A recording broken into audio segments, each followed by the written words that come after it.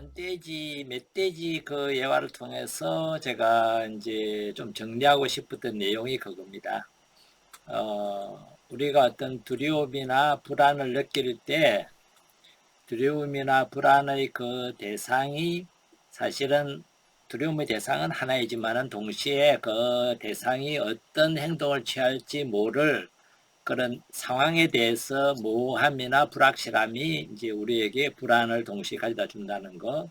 그리고 그런 불안이나 두려움이 생기기 이전에 우리 안에서는 자동적으로 일어나는 어떤 생각이 있다는 거. 자동사고라고 말하는 그 생각이 내가 의식하지 않은 사이에 이미 우리 머리 안에 들어오고 그것이 우리 안에서 불안을 일으키고 하는 것까지는 우리를 보호하고 지켜나가는데 필요한 부분이기 때문에 가능하지만 그 다음부터 우리가 계속되는 그런 어떤 생각들이 오히려 불안을 가중시키고 불안을 지속시키고 또 그 불안 자체가 앞으로도 빈번하게 일어날 수 있는 사실은 그렇게 불안해하거나 걱정하지 않아도 될 어떤 상황에까지 불안이나 걱정으로까지 이어지게 만드는 그런 역할을 이제 생각이 이렇게 하게 된다는 것을 이제 말씀을 드렸습니다. 그걸 통해서.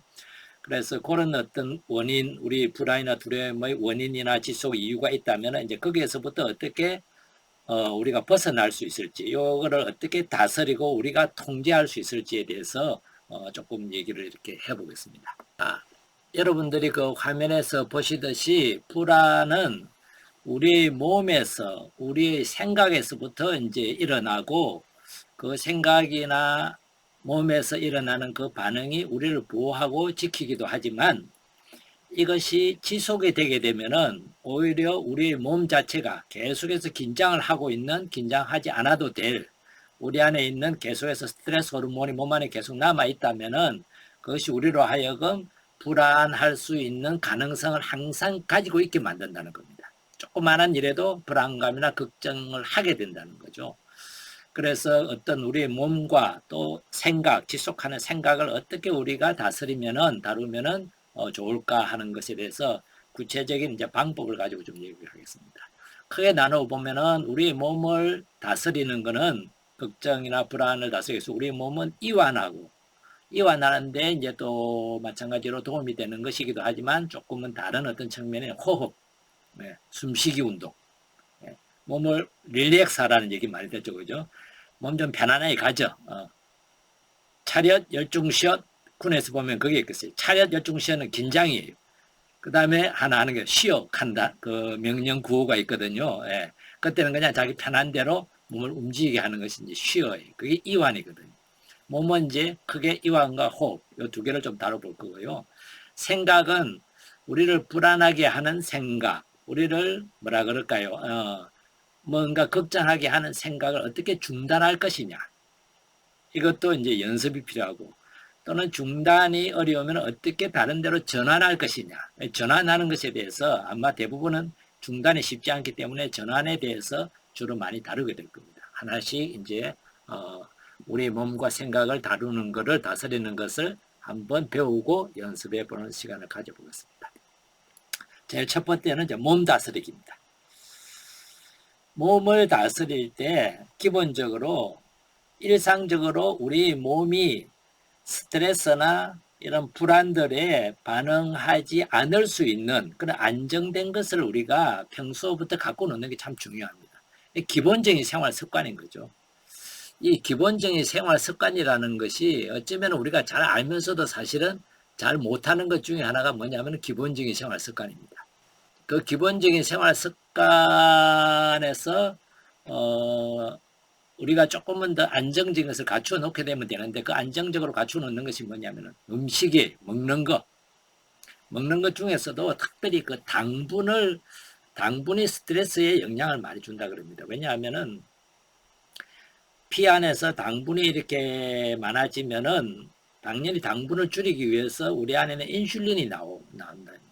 그 인슐린이 그거를 또 줄이게 되면은 이것을 줄이고 이렇게 그 다음에 필요하면 당분을 다시 이제 받아들여서 그 피 안에 내부를 활성화하고 이런 것들을 주로 하는 것이 뭐냐 하면은 우리가 자율신경계라고 그러게 우리가 의도적으로 하는 게 아니라 우리 몸 안에 있는 자율신경계인데 이 자율신경계가 뭐냐 하면은 결국은 우리 안에서 여러분 자율신경이 아니라 생물학 시간에 배운지 모르겠어요. 어쨌든 저도 잘은 모르지만은 그냥 간단하게 설명을 드리자면 이거예요. 우리 자율신경계 안에 교감신경과 부교감신경이 있어요. 학교로 치면 교감선생님하고 부교감선생님이 계신데 하는 역할이 서로 반대라는 거예요. 교감신경은 어떤 것을 활성화하고 항진시키는 역할을 하고 부교감신경은 좀 더 안정적으로 평상식으로 이완하게 돌아오게 만드는 거죠. 그래서 숲속에 들어가면은 부교감신경이 활성화되어서 마음이 편안해지고 자연속을 걷다 보면은 편안해지고 안정되는 기분을 느끼는 게 된다는 거죠. 이거는 이제 부교감신경이 활성화되는 거고, 교감신경이 활성화되면은 몸에 힘이 들어가고 에너지가 솟아서 뭔가를 헤쳐나가거나 처리하는데, 그래서 불안하거나 두려우면 교감신경이 활성화되어서 우리 몸 안에 당분도, 피 안에 당분도 들어가고 심장박동도 빨리 해가지고 호흡을 좀 더 많이 해서 산소 공급도 원활하게 만들고 피를 빨리 돌려서 뭔가를 할 수 있게끔 대처를 하는 것이 이제 교감신경인 거죠. 이 두 신경이 서로 균형을 갖고 이렇게 하게 되면 참 다행인데, 그렇지 않고 계속해서 교감신경이 활성화되어 있는 것이 지속이 된다든지, 그러니까 불안과 두려움이 오래 지속이 된다면은 그런 스트레스 호르몬이 우리 몸 안에 계속해서 축적되어 남아있게 되겠죠. 그죠? 해소되지 않고. 그렇게 되게 되면은 우리 안에 있는 그 부신이 자극을 더 받게 되는 거죠. 그 호르몬을 계속해서 분비를 하고 유지하고 그러다 보면은. 그렇게 되면 결국은 이 당분이 이 부신을 자극하는데 상당히 영향을 준다는 겁니다. 자꾸 자극을 받다 보면은 나중에 기능이 점점 떨어지게 되는 거죠. 호르몬을 내보낼 수 있을 때 내보내고 스탑할 때는 스탑하고 다른 호르몬을 내보낼 때 내보내 이래야 되는데 그렇지 못하게 만들어주는 것 중에 하나가 당분, 그 다음에 지나친 카페인 또는 지나친 알코올 이런 것들이 그런 역할을 한다고 생리학자들은 이렇게 얘기를 하고 있습니다. 그래서 음식에서 이런 것들을 적절하게 조절하는 뭐 커피 한두 잔 마신다고 그러는 게 아니라, 알코올 어떻게 보면 술 한 잔 정도 마신다고 그러는 게 아니라 과하게 될 때, 당분도 마찬가지로 당분은 곳곳에 섞여 있잖아요. 음식 중에서 우리가 설탕을 쓰기도 하지만은 실제로 설탕이 많이 함유되어 있는 빵이나 과자류나 이런 것들이 실제로 더 우리 안에서 이 불안이라든지 이런 거를 더 갖고 키워가는데 좋지 않은 음식이라고 이렇게 연구 결과들이 이렇게 나오고 있습니다. 그 다음에 하나가 이제 수면이에요.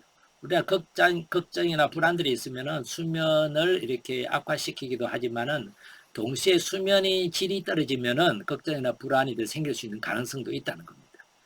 그래서 각자마다 수면의 질을 높일 수 있는 방법들을 찾아가는 거 참 중요하다는 거죠. 수면은 우리 몸 기능을 원상복구를 시켜주거든요. 그래야 다시 또 일상으로 돌아와서 밤에 푹 쉬고 나면 또 일상으로 돌아오고, 그런 것을 우리가 삶을 유지하고 살아가는 참 좋은데, 그래서 좀 어둡게 한다든지 내가 잠을 좀 설치게 되는 원인들이 뭐가 있는지를 찾아서 그런 것들을 좀 제거하는 거, 그 다음에 규칙적으로 자고 일어나는 거, 이런 것들이 일상에서 참 중요해요. 제가 보통 이렇게 상담 오는 분들에게 몇 가지 이렇게 처음에 질문을 던지는 게 있거든요. 잠은 잘 주무시냐고 제가 물어봐요. 근데 보통 상담 오시는 분들이 8, 90%는요. 잠의 질이 상당히 떨어져요. 왜냐하면 상담을 할 만큼 마음이 편안하지 않다는 것은 뭔가 내 안에 불안, 걱정, 우울, 이런 것들이 이런 것들이 차여 있다는 거거든요. 이런 게 있으면 잠을 깊이 자기가 좀 어려워요. 그래서 그런 잠에 대해서 질문을 해보면은, 바로 그런 것 때문에 잠을 사실 잘 못 자는 분들이 거의 대부분이고, 그 다음에 제가 이제 질문하는 게 소화가 잘 되는지를 물어봐요. 지금 이 스트레스라든지 화라든지 제가 조금 전에 말씀드렸던 우울이라든지 이런 거는 뭐냐면 기본적으로 식욕과도 관계가 되어 있어요. 그리고 소화 기능과도 관련이 되어 있습니다. 그러다 보니까 소화가 이제 약해지거나 입맛이 떨어지는 거죠. 그래서 수면의 질을 좀 높이도록 하는 것도 일상생활을, 기본적인 생활 습관을 우리가 잘 관리할 필요가 있다는 것이 바로 걱정, 불안을 해소하는 데 기본적인 첫 출발점이기도 합니다. 그 다음에 휴식이에요. 쉬는 것도 연습이 필요하고 배워야 될 때가 있어요. 어떤 사람은 쉬라고 시간 주면은요, 쉬는 시간도 일같이 쉬어가지고 스트레스 받아요. 여러분 휴가 갔다 오나면 어때요? 휴가 갔다 오라서 며칠 쉬어야 안 돼요? 휴가가 아니라 휴가를 그냥 일처럼 하는 때가 참 많거든요. 집에서 쉰다 그럴 때도 내가 어떻게 할 때 몸과 마음이 편안해지는지를 각자가 알아놓는 게 중요해요. 음악을 듣거나 자연 속에서 이렇게 가볍게 산책을 하거나 그다음에 반신욕을 하거나 이런 것들이 쉼이 될 수 있다면은 이 쉼이라는 것은요 몸과 마음이 같이 이완이 되는 걸 말해요. 편안해지는 거죠, 그죠? 예. 그래서 자기 자신의 휴식 방식이 뭔지를 찾아내어서 알아두는 게 자기 자신을 관리해 가는 데 있어서 우리가 자기를 사랑해라, 자기를 아껴라, 자기를 보살펴라 이런 얘기 많이 듣잖아요. 실제로는 이런 것들이 음식, 수면, 휴식 이런 것들이 우리 삶에서 참 필요한 것들이거든요. 그런 것들로 자기 자신을 잘 챙기고 보살필 수 있다면 기본적인 생활 습관은 어느 정도 우리가 안정을 취할 수 있다고 볼 수가 있겠습니다.